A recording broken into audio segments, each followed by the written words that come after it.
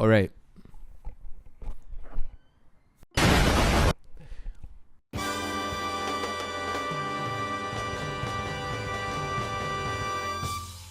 We've been delaying. There's been lots of episodes which we've done the research for and then not filmed. This is our merch. One off. We're not making any more. Today we're here reviewing the Naked Gun original trilogy. We're not talking about the new one. They were pretty funny. We'll get into that in a little minute. We'll get specific. We'll get real specific. So we watched the first, second and third film, split up into different days because I feel like we needed to have different mindsets every time we watched it. We couldn't watch them all back to back.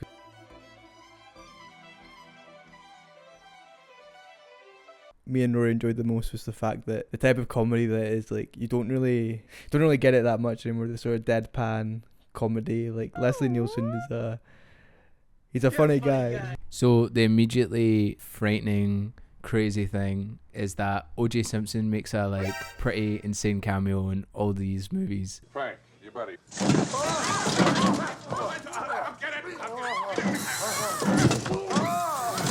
That O.J. Simpson, the O.J. Simpson, and each movie starts off with like the most insane POV of a police car. Like it goes on too long.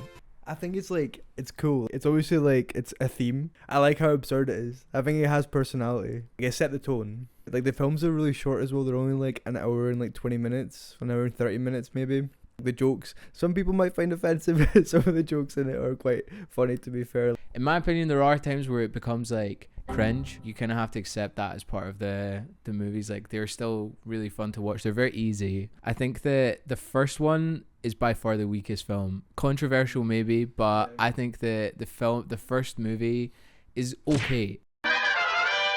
Throughout the first film, we follow a cop named Lieutenant Frank Drebin, played by Leslie Nielsen, tries to stop an assassination attempt on the Queen, like the Queen who's dead. He meets this kind of evil guy, which is where he meets his missus, Priscilla. Another one of these like random casting choices that like just caught us off guard. Like first with OJ and then Priscilla, and we were just like a bit like, what? Yeah, we just see him sort of like do his day-to-day thing. Like obviously he's like constantly just like pissing about, like making mistakes, but like it's like he doesn't notice it. Like he's completely oblivious to the fact that he's like shit at his job, and like that's like obviously like the ongoing joke throughout the trilogy that he's just bad at what he does, but like he ends up making like does it right. And yeah, some of the jokes in the films, like they're looking kind of funny. Like as much as I think that some of them are cringe, They can't kick you off the force, Frank. It's just not fair. I know, Ed. Life isn't always fair. Just think the next time I shoot someone, I could be arrested.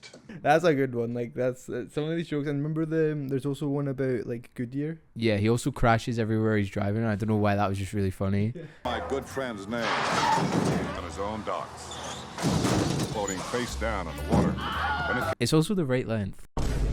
These films are the right length. Short enough that they don't feel like they drag on. I feel like sometimes more modern comedy films can drag on a little bit longer than they maybe should, but these films are, I feel like if they had longer length then it would be dragged out because the plots are not really that complicated.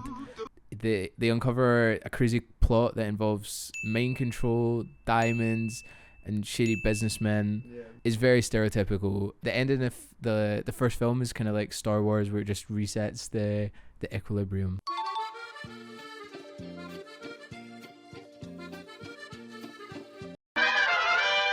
I think that takes us on to the second one. I don't think any, apart from having the same characters, like they don't really jump from each. The only thing that really continues or like is ongoing is like the relationship between Leslie Nielsen and Priscilla.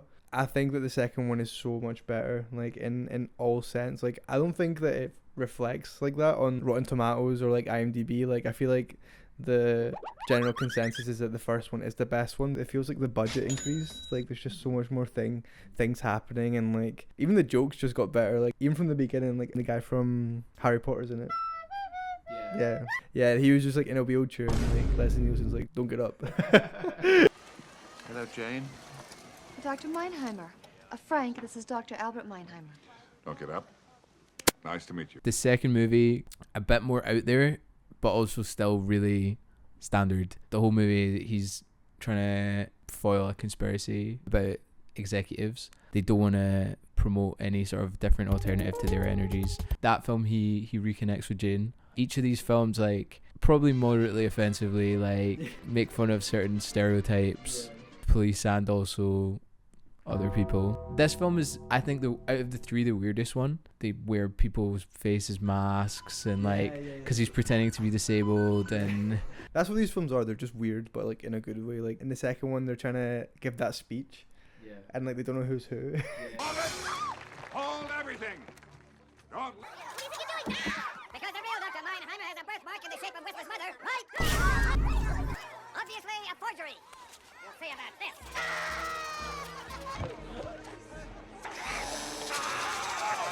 It's a dumb film, but like some things that happen come back later on. It's like a full circle joke from like something that happened like half an hour ago, and I feel like that's like good in the sense that like the film's acknowledging that its comedy is like it's absurd, but it's also kind of smart. I think the third one was maybe, again, controversially my favorite out of the three. I don't know if that's just because they have a huge scene centered around like the Oscars, and some of the jokes they were making at the Oscars I thought was pretty funny. I think also we enjoyed the sperm bank scene. I think that was just very funny. And what did you and your uncle find out? Oh, I can't keep up with him. Mine hurt, especially on the long ones. I can't seem to straighten it out. It has no feeling. It's kind of numb.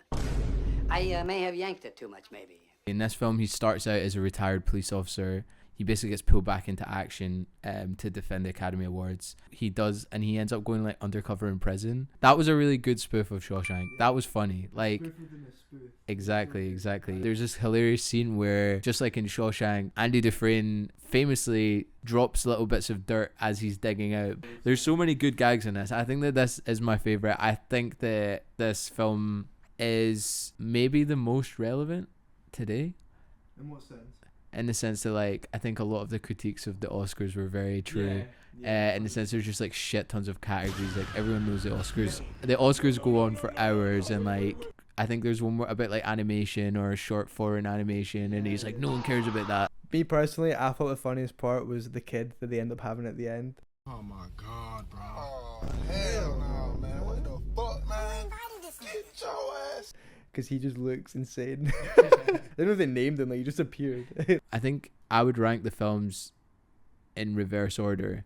3, 2, 1. No, I agree. This is that one like particular case where the third one is probably the best. This is the first sort of comedy trilogy this is the only comedy trilogy that I actually know that I enjoy. Yeah, the humor in each of these films is pretty subjective. Like, I think that whether you enjoy the films pretty much depends on if you enjoy like slapstick. This is a solid trilogy, like out of like anything that I've seen comedy wise for back then as well. I didn't really think it was going to make me laugh, but it made me laugh a lot more than I thought.